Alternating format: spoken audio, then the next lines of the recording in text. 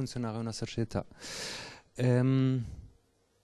Adesso c'è Luca, ha scritto un po' che non è la mia scrittura, Luca Codeluppi. Ha delle foto? No. Ah, ok, benissimo. Assolutamente. Non ho preparato nulla, nemmeno l'intervento che sto facendo. Se lo avessi preparato probabilmente sarebbe diverso da come finirà con l'essere. È difficile definirmi. Quello che so è che sto sempre da un'altra parte. Anche stasera sono in un'altra posizione rispetto a molte delle tesi che sono state espresse.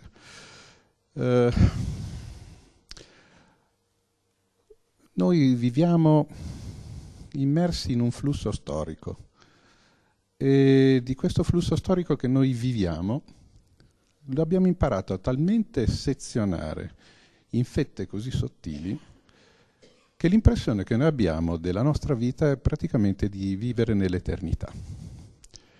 Ci stiamo dimenticando che siamo spaventosamente soggetti al divenire e che il nostro divenire sarà il passato dei nostri figli e dei nostri nipoti. Io forse sono fortunatamente l'unica persona che in questo momento in questa sala ha suo figlio al suo fianco. Non so che cosa penserà poi di quello che dirò, ma comunque ne discuteremo nel viaggio di ritorno. Questa passione nel vivisezionare, nel fare microtomizzazioni della realtà, nella mia visione rischia di comportare una distorsione della nostra percezione della realtà stessa. Nel senso che viviamo sommersi dai dati al punto tale che non sappiamo nemmeno più se quei dati possono avere un significato o meno. Viviamo immersi nelle informazioni e siamo in una situazione nella quale probabilmente le informazioni che abbiamo stanno generando più caos che informazioni stesse.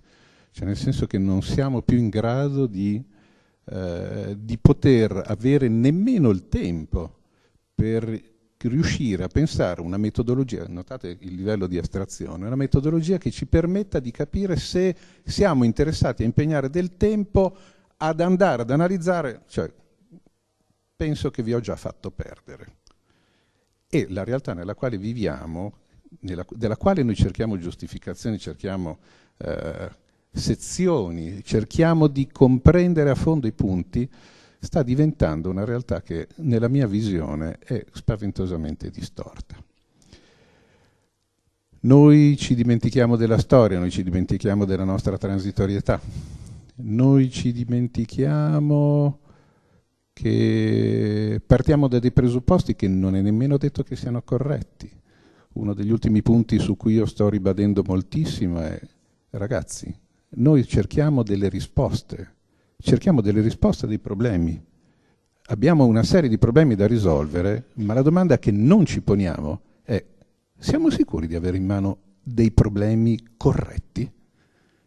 Cioè, noi siamo alla ricerca oggi di soluzioni che abbiamo già tecnicamente accettato come appartenenti a dei problemi dei quali però nessuno ha mai realmente posto la domanda se il problema in effetti è corretto.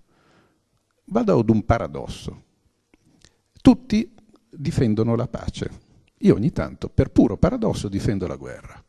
Nel senso che stiamo vivendo da 70 anni la pace e il risultato della pace è di avere dei poteri assolutamente inestricabili, assolutamente ineffabili, di cui non sappiamo nulla, ma che esistono e che stanno sommergendo la terra. Bene, questi sono il risultato di una lunga pace, e questo è sicuro. La domanda ovviamente non è: bene, adesso facciamo la guerra, ma la domanda è, o meglio, scusate, non la domanda, il problema a questo punto non è la pace o la guerra, ma il problema è dove siamo incastrati, quali sono gli elementi che stanno in realtà effettivamente incastrando la nostra realtà.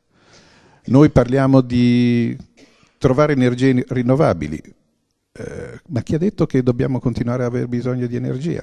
Cioè, l'unica ragione per cui vogliamo avere di nuovo continuamente bisogno di energia è che noi speriamo di essere eterni e quindi di essere eterno il nostro modo di vivere, è eterno quello che noi ipotizziamo essere questa realtà che, pur frutto di un'evoluzione tecnica, tecnologica, storica, umanistica, eccetera, eccetera, non è detto che avrà uno sbocco, un futuro, anche soltanto fra 20 anni.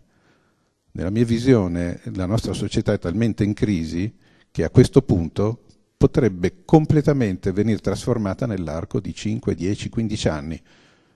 Quando ne parlo con gli amici dico 6 mesi, perché sono molto pessimistico.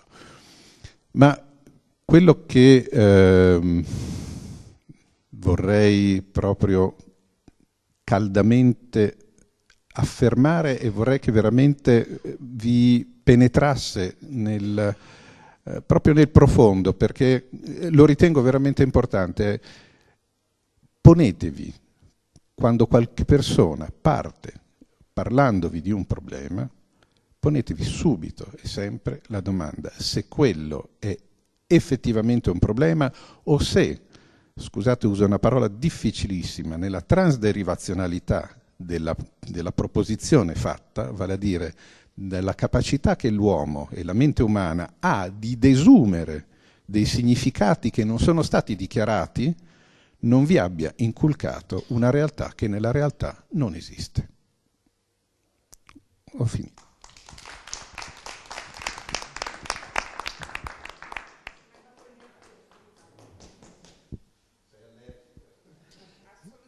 Grazie mille Luca, forse è uno degli interventi che mi ha fatto riflettere di più questa sera, senza nulla togliere agli altri, era molto bello, parlato anche col cuore. Prima di lasciare lo spazio a Massimiliano per chiudere la parte degli interventi, adesso quelli, giusto? Chiaramente tocca a me anche